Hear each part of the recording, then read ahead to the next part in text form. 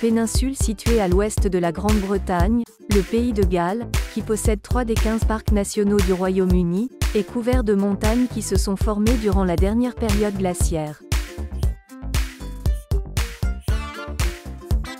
Cette nation constitutive abrite un cheval atypique de par ses nombreux types, le Welsh.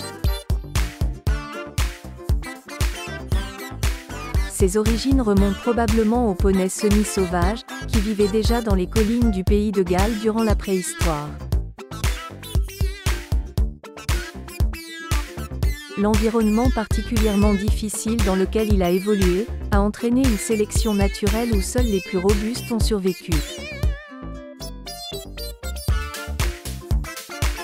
Les Romains ont sûrement croisé ces petits chevaux locaux avec des chevaux orientaux, principalement à l'époque de Jules César, dans la zone du lac Bala.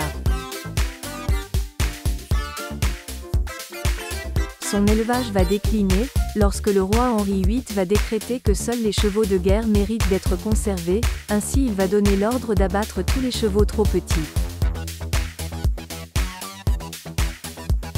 Si le Welsh a survécu, c'est grâce à ceux qui se sont échappés pour se réfugier dans les collines du pays de Galles.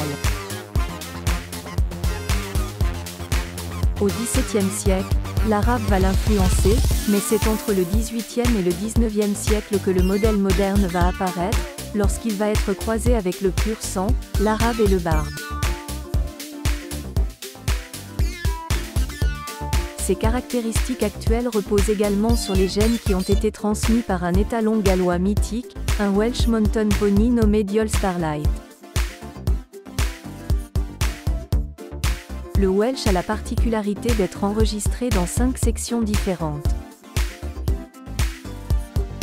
Le poney Welsh Mountain, ou Welsha, existe depuis plusieurs centaines d'années. Le poney Welsh, ou Welsh Bay, a une morphologie similaire, avec une tête qui évoque l'arabe.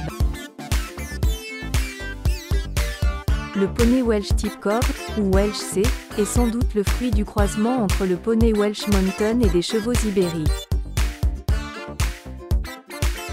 Le Welsh Cob, ou Welsh D, est le plus rustique et le plus charismatique de la race.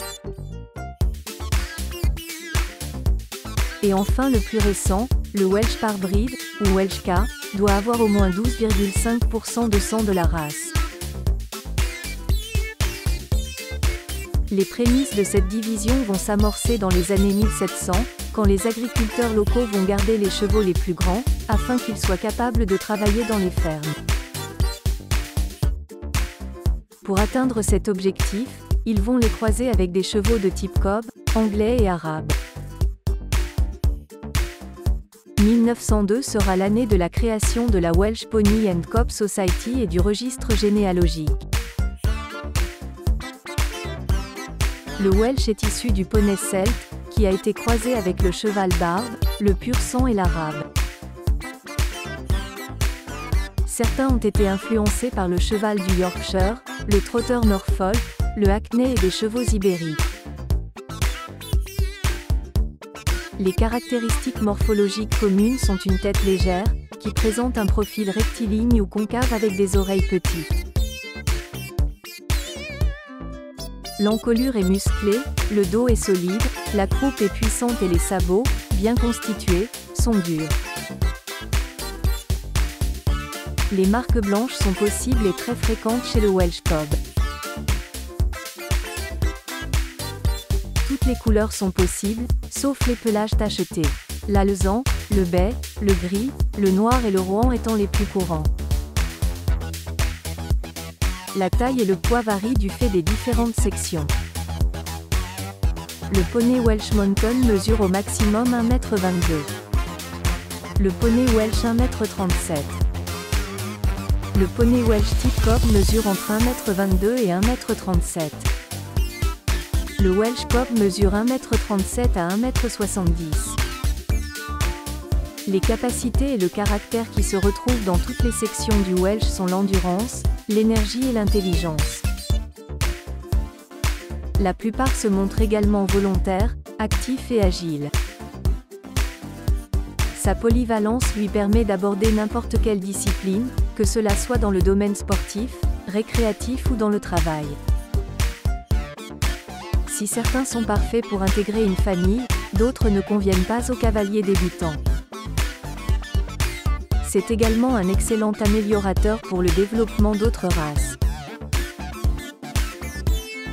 Il est toujours élevé dans ses collines natales, qui culminent au mont Snowdon à 1085 mètres d'altitude. Il est présent dans une trentaine de pays du monde, plus particulièrement en Europe, en Amérique du Nord et en Océanie. Le Welsh a vécu dans l'isolement jusque dans les années 1920, où il a commencé à être reconnu. S'il ne fait pas partie des races de chevaux les plus populaires, il est indéniable qu'il constitue un capital génétique unique, qui remonte à la préhistoire.